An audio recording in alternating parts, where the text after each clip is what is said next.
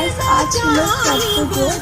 তো আজ মানে আমাদের বাড়ি থেকে বেশি দূর নয় পুজোটা, বাট রাস্তাটা গাইস এতটা ভিড় ছিল মানে বলার মতন নয়, মানে আধা ঘন্টা জ্যাম ছিল।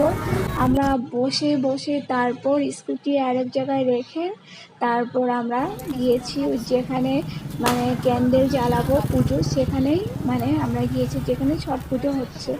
তো গাইস বলো না এতটা ভিড় ছিল।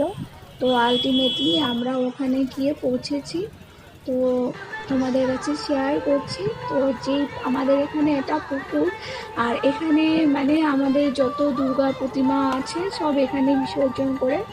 তো আমরা এই পুকুরটায় এসে আমরা মানে ছট পুজো মানে ক্যান্ডেল যে মানে পুজো দেয় মানুষই যারা বিহারি মানুষ আছে, ওরা পুজো দেয়। বাট আমি তো দেই না, আমি মানে শুধু বাতি ক্যান্ডেল ওসব জ্বালাতে আসি। আর এমনি ফল ধরো কারো কাছে যারা পুজো দেয় ওদের কাছে দিয়ে দিই। তো সন্ধ্যার পরে আসেছি, কারণ গাছ বলো না এতটা ভিড় হয় ওখানে যে দাঁড়ানোর শক্তি নেই গাইস। মানে তুমি যে দাঁড়িয়ে কোনো মানে কিছু পুজো করবে সেই শক্তি নেই।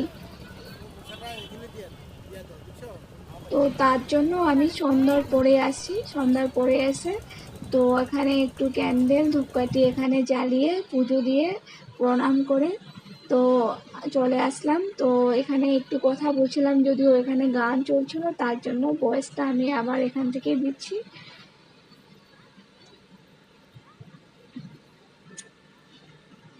তো গাছ ভীষণ ভীষণ ভালো লাগে ওখানে, পুজোর নিয়মগুলো দেখলে ভীষণ ভালো লাগে মনটা।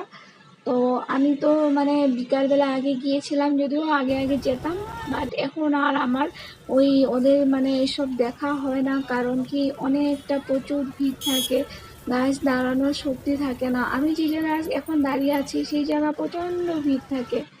তো আমি একটু সন্ধ্যার পরেই গিয়েছি, যদিও গিয়েছি হালকা ছিল, মানুষ মানুষ পাতলা পাতলা ছিল ওখানে, এতটা ছিল না।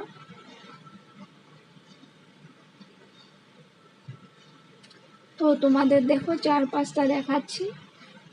তো ভীষণ ভালো লাগে মানে পুজোটা দিয়ে, মানে পুজোটা দেখে বেশি ভালো লাগে। মানে ওদের যে মানে এই যে ভোরবেলা ওরা উঠে আবার পুজোতে আসে, মানে ওগুলো দেখার মজাটাই আলাদা।